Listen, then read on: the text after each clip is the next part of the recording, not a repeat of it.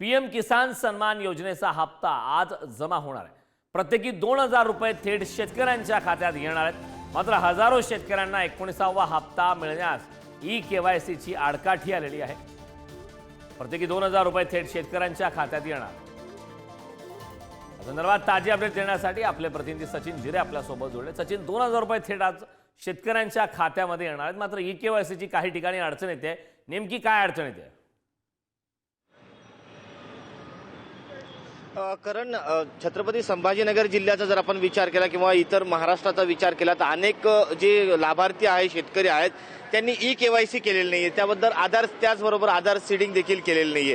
आता 19वा हप्ता शेतकऱ्यांच्या खात्यामध्ये जमा होणार आहे आणि त्याच पार्श्वभूमीवर अनेकांनी ई-केवायसी केली नसल्यामुळे आता अडचणीचा सामना त्यांना करावा लागतो। किंबहुना जर पुढच्या हप्ता जो देखील त्यांच्या खात्यामध्ये जमा होण्यास अडचण होणार आहे, त्यामुळे ई-केवायसीची मोठी अडचण आता शेतकऱ्यांसमोर आहे।